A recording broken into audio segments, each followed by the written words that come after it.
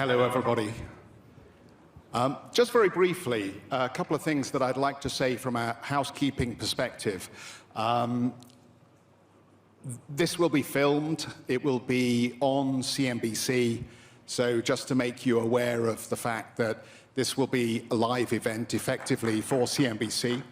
And please feel free, if you would like to send messages out about this and you'd like to share this, that you have a hashtag WEF, WEF 23. So please avail yourself of the opportunity to share any of the comments that are made during this panel, or indeed the very fact that you are here at all. Thank you.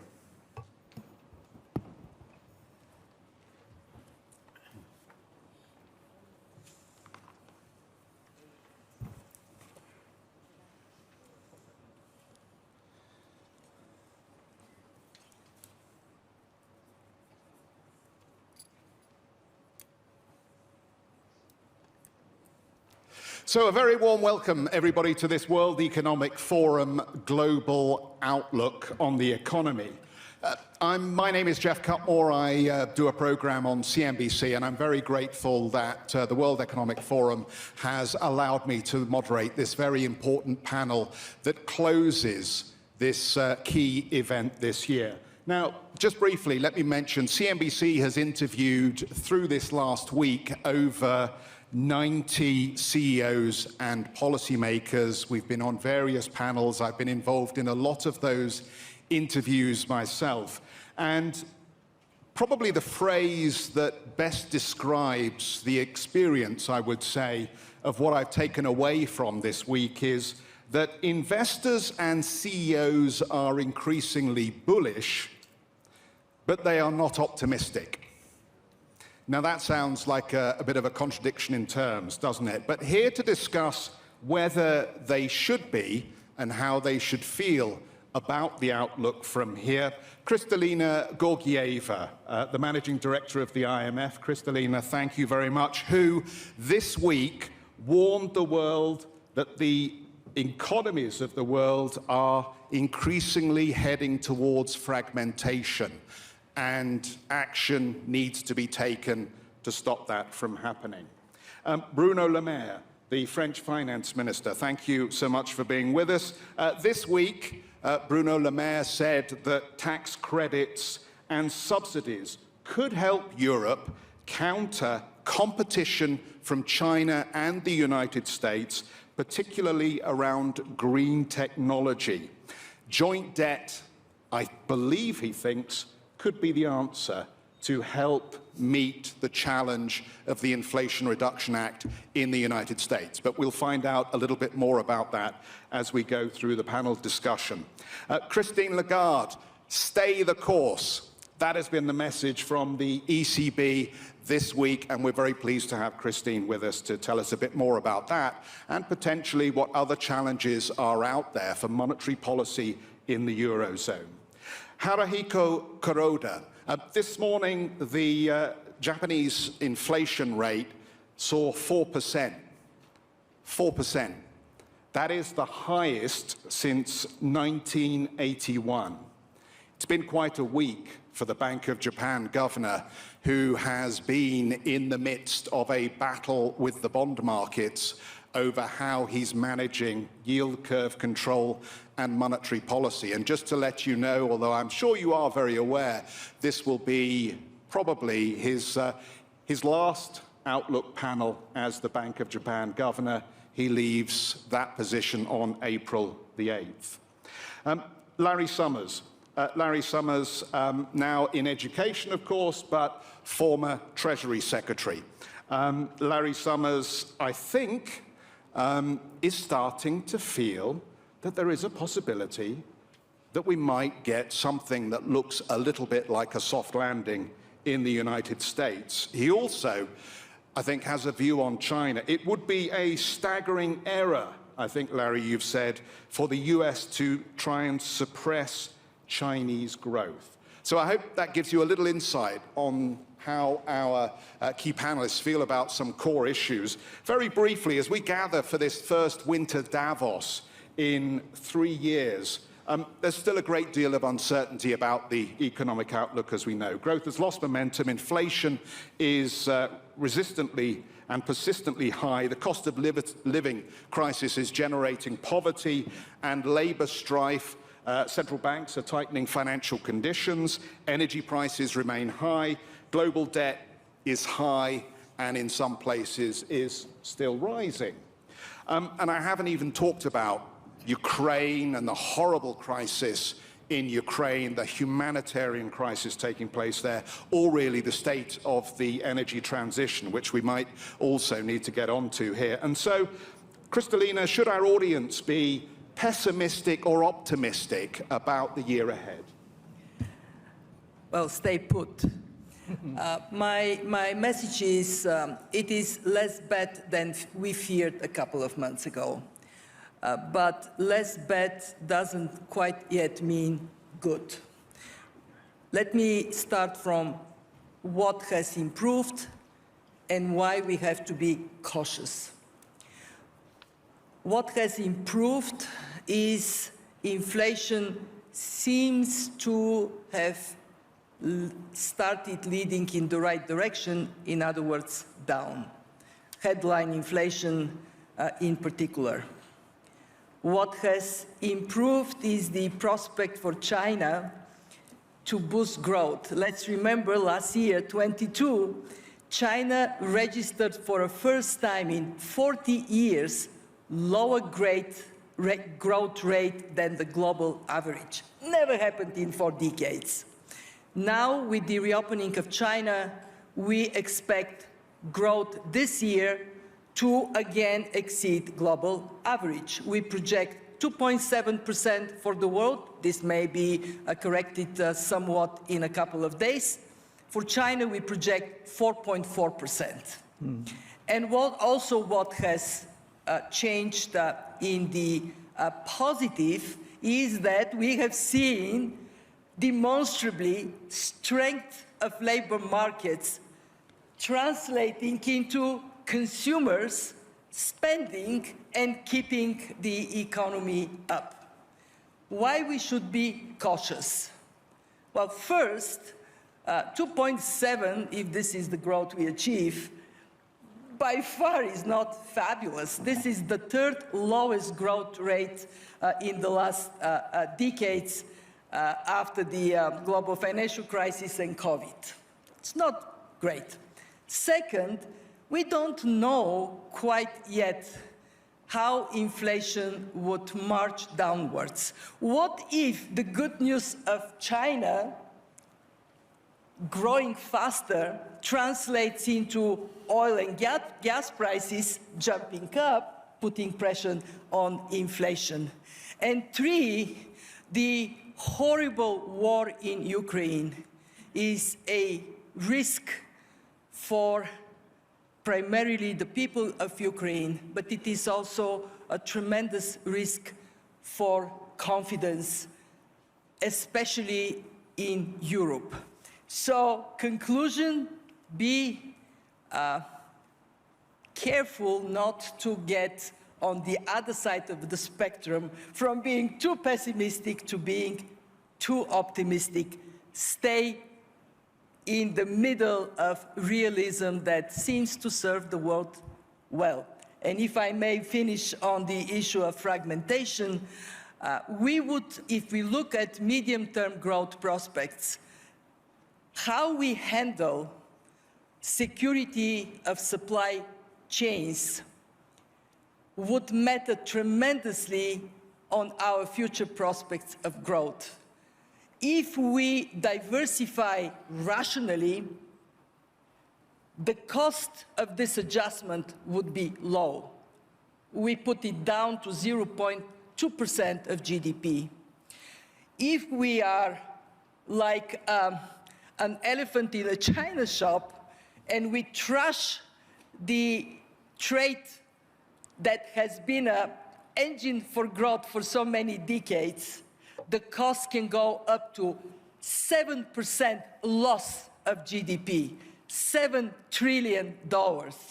So a great deal of Whether we can lift up optimism depends on the people in this room. Be pragmatic, collaborate, do the right thing, keep the global economy integrated for the benefit of all of us. We were having, just to give you a little insight into what happens inside the speaker's room ahead of this, there was a relatively healthy discussion going on as to the semantics of when we are not going to downgrade further translates into we may be more optimistic and we may be going to upgrade soon. And I don't think you were tempted onto the turf that Larry Summers was trying to bring you on, which was, at what point do you start thinking at the IMF about upgrading rather than saying we are not downgrading? Well, we look at the last year, we have downgraded our projections 3 times. So not downgrading is already good news.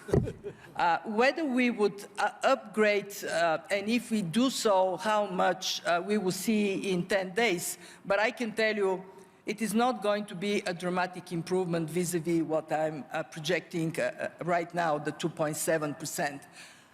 And let's be very honest. Whether Germany finishes 2023 with minus 0.3%, which was our October projection, or they finish with plus 0.5%, which may be our new, the projection may go up to that level. Still, for hundreds of millions of people in Germany, all over Europe, in the world, when we are at this low level of growth, it would be painful. And let me send the biggest caution I could today. Labor markets are holding firm so far, but interest rates are yet to bite. And if they bite more severely, then we can see unemployment going up. And it is very different for a consumer to have cost of living crisis and a job than to have cost of living crisis and no job. So we have to be thinking of possibly unemployment going up at a time when fiscal space in governments is very tight. There isn't that much they can do to help people, and yet they would be pressed to do it. Christine, then all the power to you. If fiscal policy works against purpose with monetary policy, then you may have to tighten even further. Larry Summers, I want to talk very quickly about the American economy, given it has been the engine that's picked up as China's been in zero COVID. And we always used to say, America sets the interest rate, China determines the growth rate. But in recent years, that's not been quite so obvious. But undeservedly, I'm sure, you've got a reputation for being a bit of an economic grouch, I think, since secular stagnation. And then, of course, last year you were talking a lot about how we're going to have high unemployment and we're heading into recession. But as I read your commentary more recently, it sounds like you might be coming round to the idea that maybe a soft landing could be somewhat achievable. So did Team Transitory get the causes of inflation right? It just got the timing wrong. What do you think? I don't think Team Transitory got it right. I think there were very substantial excesses of both fiscal and monetary policy which needed to be corrected. Markets assigned a probability of less than 1% to the interest rate increases we've seen over the last year, a year ago, and that was because they underestimated the need for central banks to catch up, which central banks have done. We're experiencing some exhilaration of relief in Davos. Hyperpopulists lost elections and accepted their defeat. Europe has not frozen. Recession has not come. China has adjusted its policies towards the world, and inflation has decelerated. Those are all positive things and reasons why we should feel better than we felt a few months ago. But relief must not become complacency. Inflation is down, but just as transitory factors elevated inflation earlier, transitory factors have contributed to the declines that we have seen in inflation. And as in many journeys, the last part of the journey is often the hardest. And that's true with respect to a return to the inflation target. The greatest tragedy in this moment would be if central banks were to lurch away from a focus on assuring price stability prematurely, and we were to have to fight this battle twice. I've been encouraged by the things that I've heard Madame Lagarde say, that I have heard Chairman Powell say about their determination. I've been encouraged by what I have heard Governor Kuroda say in quite different context. But we have to carry through, because if inflation were to be allowed to surge back, that would put not just price stability, not just standards of living for some of the lowest income people at risk, but also pose very substantial risks to cyclical stability. At the same time, we need to remember, both within our countries and around the world, the importance of those who have been left behind and who are bearing the greatest burden from all of these necessary adjustments. And that, too, is going to be crucial in the years ahead. And I would pick up on something that I think Kristalina said that I think is very important, as she warned against fragmentation. And I think Davos is a particularly important place to make the point that I'm about to make. Global integration must never be a primary cause of local disintegration if that global integration is going to continue with all of the benefits that it can bring.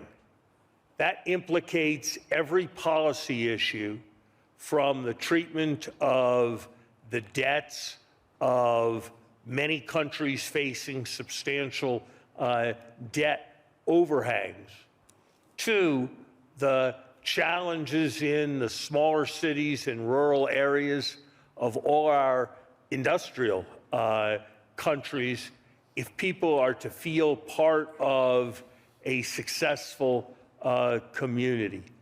I believe there is great positive potential in this moment. I've been doing this for many years, and there has never been a moment where I have been so impressed by the potential of technology, whether it is green technology, biotechnology, artificial intelligence, and information technology, to make things better for all the world's people. But that will only happen with the right kind of political and financial foundation. Well, since you've said that, let me go to this straight away, because I know at least Bruno Le Maire will have a view on this. It was said on our set, I think, in one of the interviews, if we're going to have a trade war over anything, let's have a trade war over green transition technology. Because if it's going to stimulate the brightest and the best in a race for new technology that helps the transition, then that's not a bad thing. But nobody actually wants a trade war. How do we get through this row going on between Europe and the United States over the Inflation Reduction Act? Well, I would respectfully, I would distinguish between a subsidy war and a trade war. A subsidy war about very good things is basically a good thing. Walling off each other's innovation is basically a much more problematic thing. And so, yes, I would like to keep markets open, and I think that is hugely important. I think in its totality, the Inflation Reduction Act in the United States is a historically positive measure. In its detail, I think there are certainly, and I would be in the direction of Bruno, problematic aspects. But look, if we are all competing over who can accelerate a transition towards renewables more rapidly, who can be the biggest leader in storage and transmission technologies, that is a very healthy kinds of competition relative to all the kinds of competition the world has seen. So yes, let's compete on that, but let's compete by how hard we try and how much we subsidize, not by how we wall off others or try to take down others. We need to win in a positive some way by building ourselves up rather than by seeking to tear others down. And if we can do that, I do think there's enormous potential in this moment.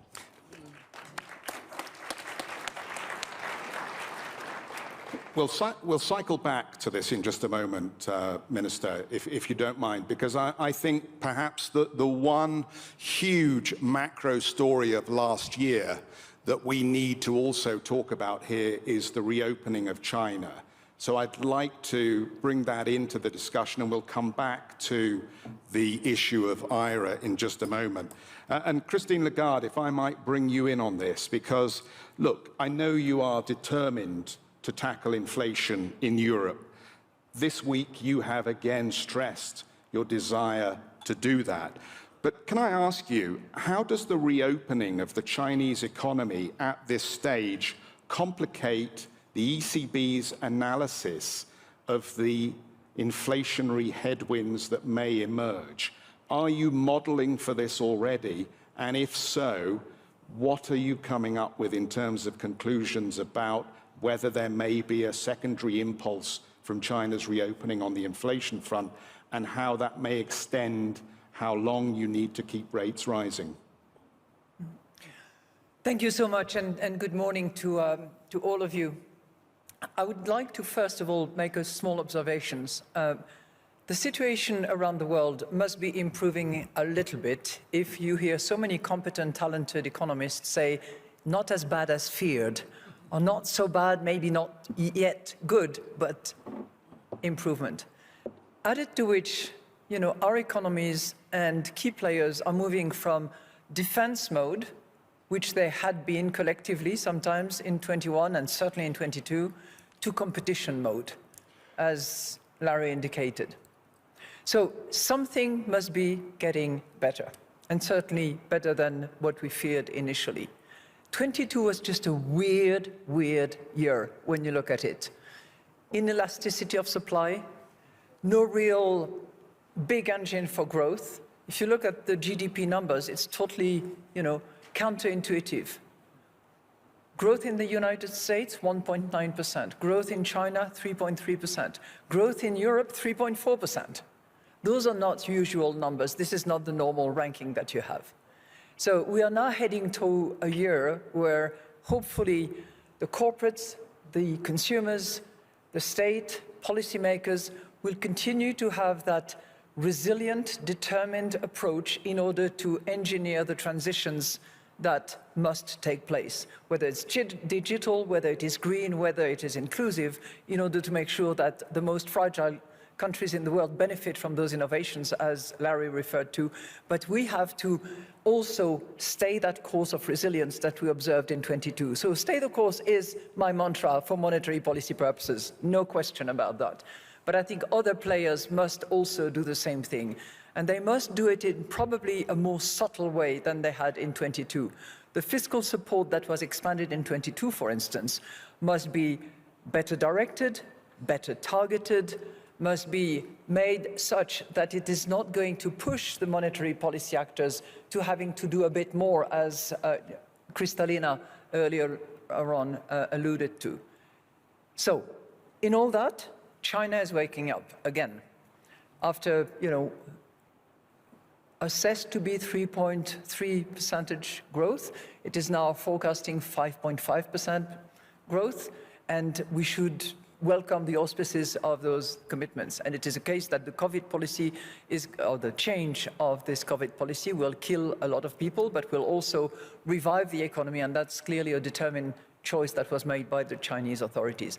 What impact it will have on all of us in terms of added demand addressed to the global economy is something that will be a positive for China, most likely, will be a positive for the rest of the world, but will have inflationary pressure on many of us, simply because the level of energy that was consumed by China last year was certainly less than what they will consume this year. The amount of LNG that they will be buying from the rest of the world will be higher than what we have seen. And there is not so much spare capacity in terms of both oil and gas, so that we will have complete elasticity in there. So there will be constraints, there will be more inflationary pressure coming out of that added demand in commodities and energy in particular. And yes, we do try to model all that. I think that the economist profession has been put under huge pressure, whichever team they belong to, because there are lots of things that models try to do, but modeling uncertainty and taking into account certain factors that have simply never happened in the poly-crisis environment that we faced was tough. I think our honor is to acknowledge that and to try to do a better job in the future. Just refocusing back in Europe, is there a chance that euro-dollar back at 120 could persuade some members of the Governing Council perhaps to temper their rate outlook or adjust their rate outlook? I didn't see 120 this morning. Oh no, we're not there yet. But I mean, the trend, if the trend is really your friend, then maybe we are going to see a stronger euro, which would ease some of the inflationary pressure, perhaps. That's an economic mechanical impact that we all know about. The central bank does not target an exchange rate, and obviously we take into account in our measurements and in the impact that it has on inflation, the variation of currencies. Well, it was worth a try. That was a perfect politically correct answer.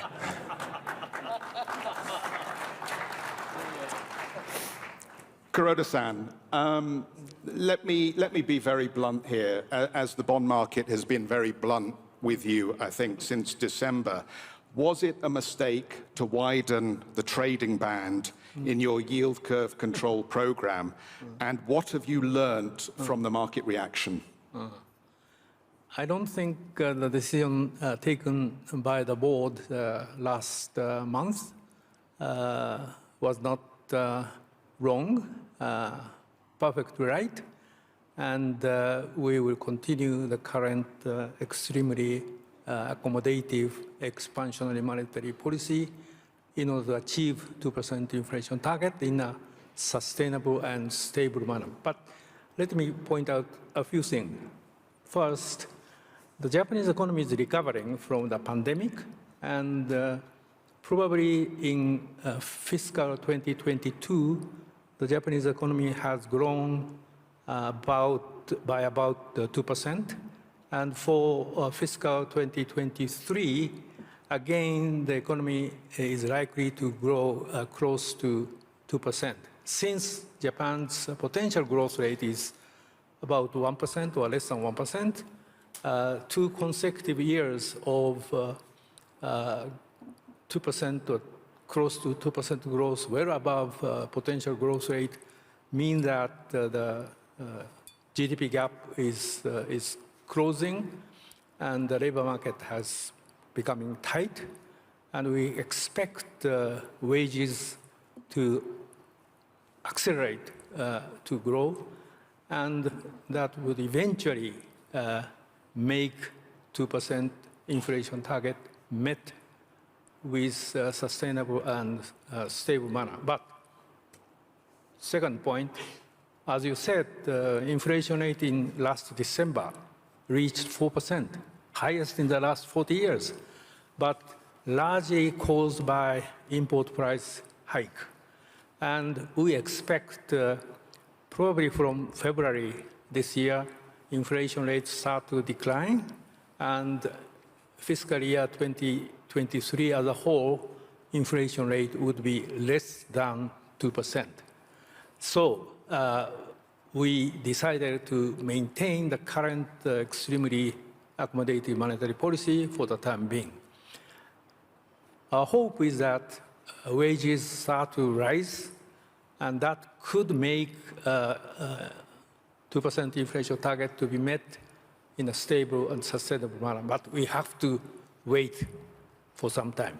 Third point, as prior speakers argued, certainly digital transformation and green transformation, these two aspects of structural changes would hopefully raise potential growth rate in coming years while achieving necessary socially responsible attitude toward climate change risk. And already the Japanese government indicated that the government would facilitate providing substantial subsidies as well as tax breaks to increase digital investment, including investment in human capital, and also decarbonization investment. Actually, the government estimates that even in Japan alone, such green transformation investment would amount to more than $1 trillion in the next 10 years, which is huge. And that would require, of course, scientific as well as various progress. But I'm quite sure that in these two aspects, the Japanese economy can grow, hopefully with 1 to 2% in the next couple of years. As you leave your post, I guess it will be custom. I don't know whether it's custom in Japan, but it's custom in many offices in Europe that you leave a letter for the next person who takes the job. I wonder if you leave a letter for the next person that takes the job, will you perhaps express regret that you didn't take the opportunity to escape from these very loose monetary conditions and yield curve control several years ago when perhaps you had a window? I think in the last nearly 10 years, during which I have been governor of the Bank of Japan, we tried to eradicate deflation, and that certainly we have been successful in eradicating deflation, and we try to recover economic growth, because during the deflationary period from 1998 through 2012, there was also almost zero growth. But after 2013, economic growth has been regained, but about 1%. So also, I must say that a huge number of new employment have been increased, have been made. And that, of course, or I should say mainly due to increased labor participation of women.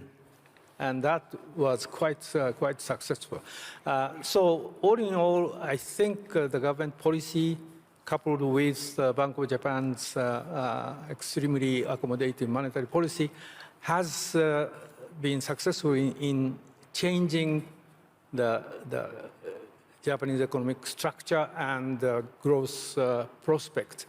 But unfortunately, 2% inflation target has not been achieved in a sustainable and a stable manner. As I said, the 4% inflation right now is largely caused by import price hike and will start to decline towards less than 2% in this fiscal year. So that is the only regret I have.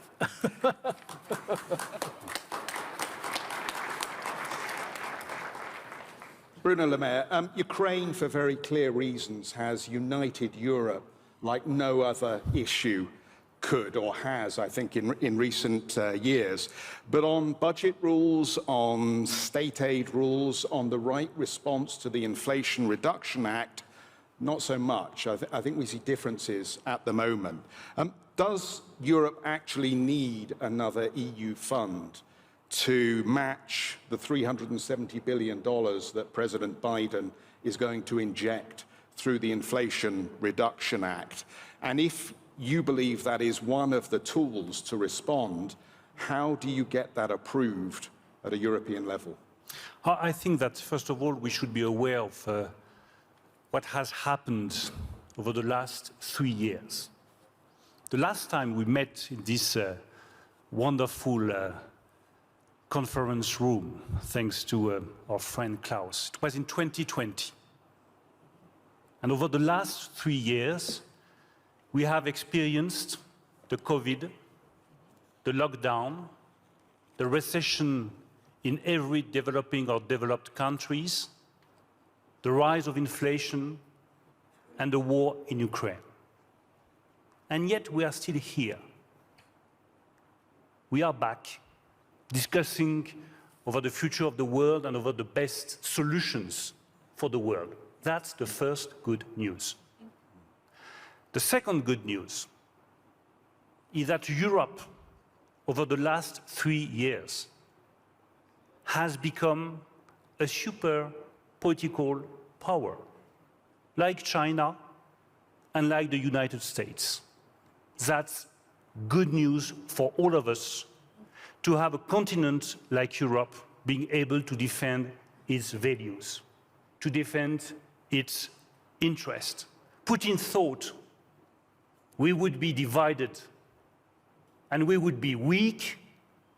We have been united and we have been strong, and we will remain united and we will remain strong vis-à-vis Putin and vis-à-vis the war in Ukraine. That's the very good news. Nevertheless, we should be aware that over the last 3 years, we have entered a new era of globalization. We have shifted from a market-driven globalization to a politically power-driven globalization. And we have to draw all the consequences of that. We have to avoid the worst-case scenario. No fragmentation, but more cooperation. No trade war, as Larry said, but just a fair competition. Competition is a good thing for all of us. No new war, but engagement of all countries, including China. China cannot be out. China must be in. And you know that this is the difference of view that we have between the US and Europe. We don't want to oppose China. We want to engage China, and we want China to obey by the same rules, to obey by the same rules on intellectual property, on the level playing field, on the access to market. This is our policy. And that's a good thing that we can have different views. As far as your question is concerned, Inflation Reduction Act, I think that we need to have a global approach. That's a good thing that the United States of President Biden have decided to invest in the green industry and have decided to accelerate the fight against climate change. And Europe must do the same thing. But if we want to compete, we need to have a very strong, effective, efficient, swift European industrial policy based on 3 key pillars. The first one is acceleration.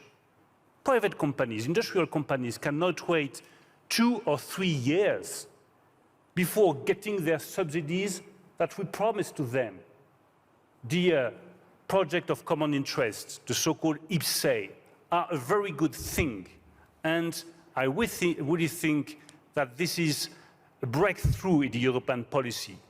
But 2 or 3 years is too long. We have to act swiftly, and we want to reduce the delay from 2 or 3 years to 6 months before giving the subsidies that are required by the industry. The second key pillar must be simplification. The European process remains too tricky and too complicated for the economic actors. We need to go the way of simplification.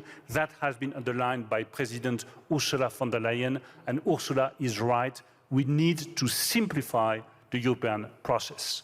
And the third point is to focus on very specific sectors. The question is, where do we want to spend our European money? Do we want to buy foreign goods, foreign devices, foreign electric car batteries? Or do we want to put the money in investment?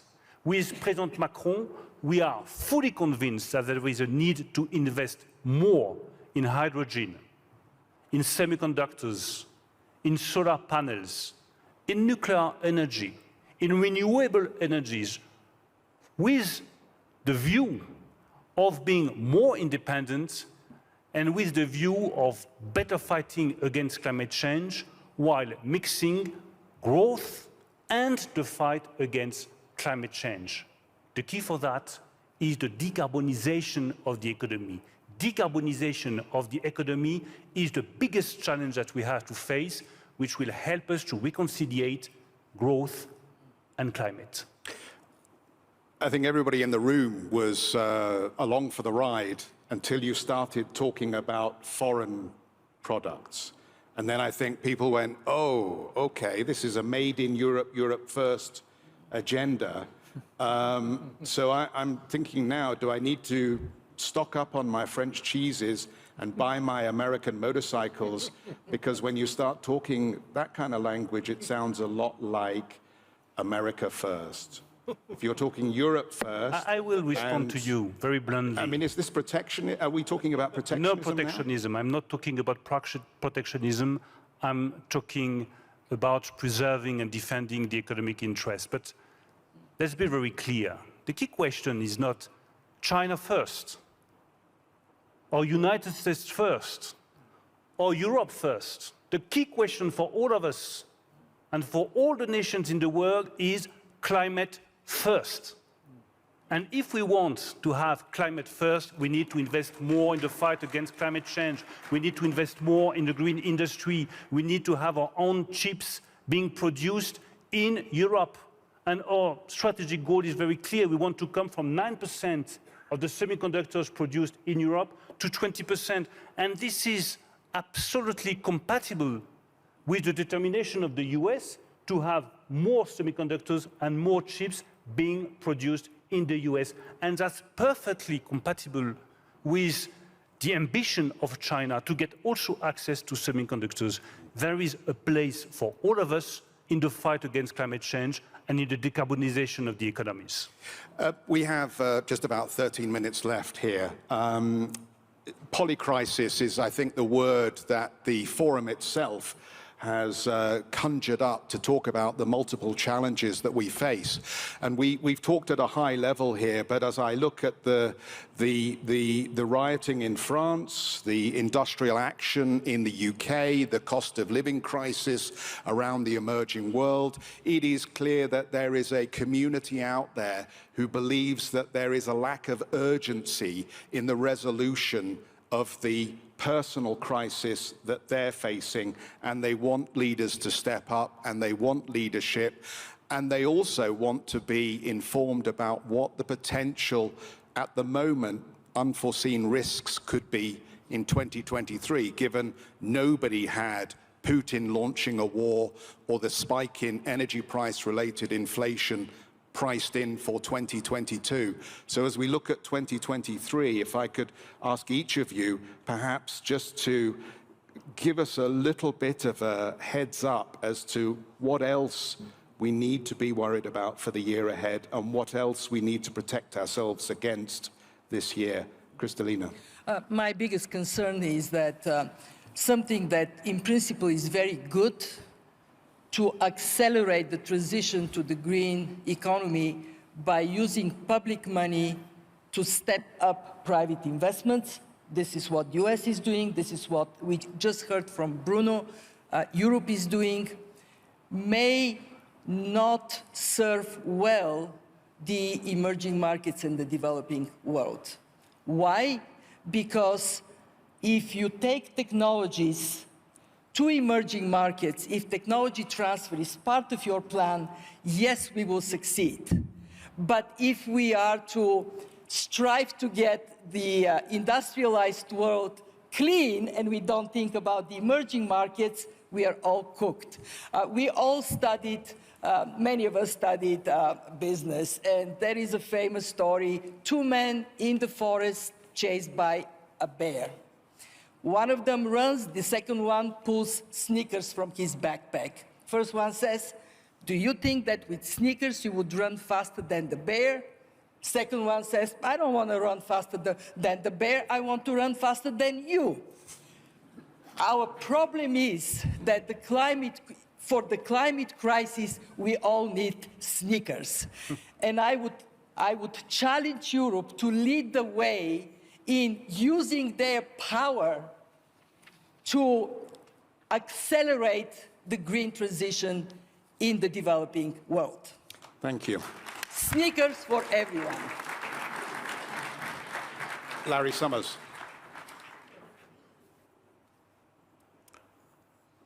Kristalina is 100% correct on the centrality of facilitating the flow of capital from the developed world to the developing world in support of climate transition as the single most important long-term global financial issue facing the planet.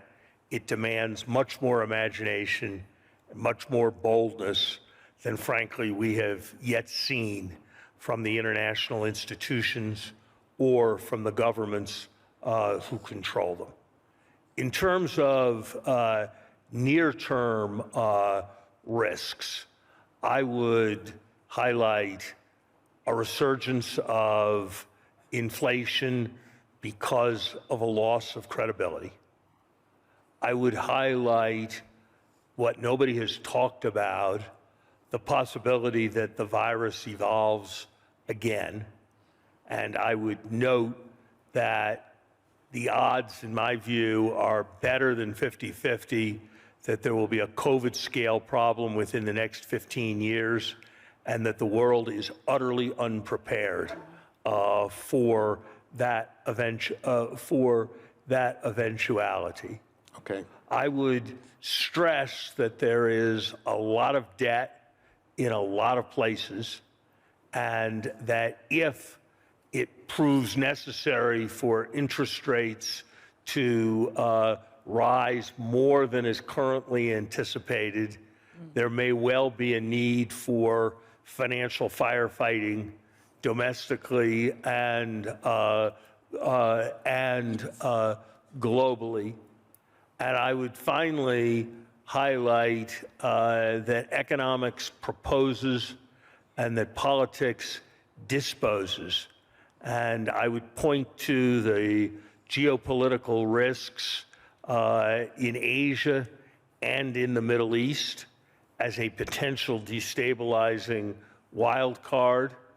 And while the last several outcomes have been positive, Can I wrap and this you up? is relatively short on elections, I would highlight the danger of hyperpopulism. Thank you very much, Larry Summers. We've only got about, 5 to 7 minutes left, I think, here. So please, I want to get everybody in. Haruhiko Kuroda? Thank you. I shall be very brief about Asian economies. As you know, the Chinese economy is likely to grow by 5% this year, accelerating from 3% growth last year. Southeast Asian economies are, generally speaking, doing fairly well. On the other hand, South and West Asian economies, except for India, which is doing exceedingly well, are faced with a difficult situation. As you know, Sri Lanka as well as Pakistan are in kind of economic crisis, debt crisis. And even Bangladesh, which had been doing quite well, is faced with balance of payment difficulty and so on and so forth. So I think, of course, climate change assistance is necessary in the long run, but for the time being, I think for those South and West Asian economies must be helped by IMF and other bilateral donors. Okay, thank you. Christine Lagarde. Well, thank you very much. The first thing that I hope will not happen in 23 is that fiscal policy in Europe will work in counter-cyclical way vis-à-vis monetary policy. We will do what is necessary. We don't need to be pushed to having to do more than is necessary. So good understanding of what will help and what will hinder, I think, will be essential. Second observation, which is a little bit outside the monetary policy strict field. You know, there is so much to do to fight climate change and protect biodiversity. There are so many people that are on the verge of falling back into poverty or falling into poverty, that there is plenty of activity for all to be had around the world. And I hope very much that this subsidy race that we are hearing about is not going to be a race for the bottom on the hotel of climate change fight and biodiversity protection, as well as inclusion of people out of the poverty where they are at risk of falling. Because if that was the case, there's good business to be had for the WTO. Remember Airbus, Boeing, 20 years of subsidy wars. Well, the WTO is in business. They will continue to have to argue the case of one against the other. We shouldn't do that. We have to cooperate as advocated by Bruno. Bruno Le Maire. I would say that my deepest concern is clearly the war in Ukraine, for 3 clear reasons. The first one is that as a European citizen, I cannot live peacefully knowing that European citizens every day on the European soil are being threatened, targeted by bombs, injured or killed. We need a ceasefire and we need to put that war to an end. The second reason is that there is a risk of extension of that conflict. Let's be very clear. And at some point, Vladimir Putin might be tempted by the extension of the conflict. And the third reason, and this is really important that we open the discussion here in Davos about that question. The war in Ukraine is not a regional conflict. I know that many nations around the world think that this is only a regional conflict. This is not a regional conflict. This is a global conflict. This is a global conflict because it has a direct impact on the level of prices, on the level of commodity prices, on the level of energy prices. This is a global conflict because our core common values are at stake. They are at stake. And the principle of sovereignty, of national sovereignty, must never be jeopardized, never be weakened by any kind of conflict. Jeff, can I add a follow-up to Bruno? Because I think this, Because it's you, just of course. 30 seconds. No, because he makes such a strong point, but it has to be supported by something that has been extraordinary in the last 12 years, and that is the solidarity between the United States, the Europeans, and quite a few other countries, including Japan. If that was to break down because of domestic imperatives, because of political considerations back at home, we would be in a pickle. And we really have to make sure that that solidarity front holds. And we Europeans can demonstrate that. When we had Brexit, we were all together. We will carry on, but I think we have to make sure that it sticks. Gosh, and I hoped I would never hear that word again. Actually, I thought we'd buried that one. Can I be aggressive here and use the fact that you made an exception to say one thing to support Bruno? It is a global war because what it did is it wiped out the peace dividend we have enjoyed for 30 years. Gone. What is the result? Money that could have gone to invest in development is now going to invest in military, and rightly so. Rightly so, to defend all of us of an aggression. The result, more poor people, more hunger.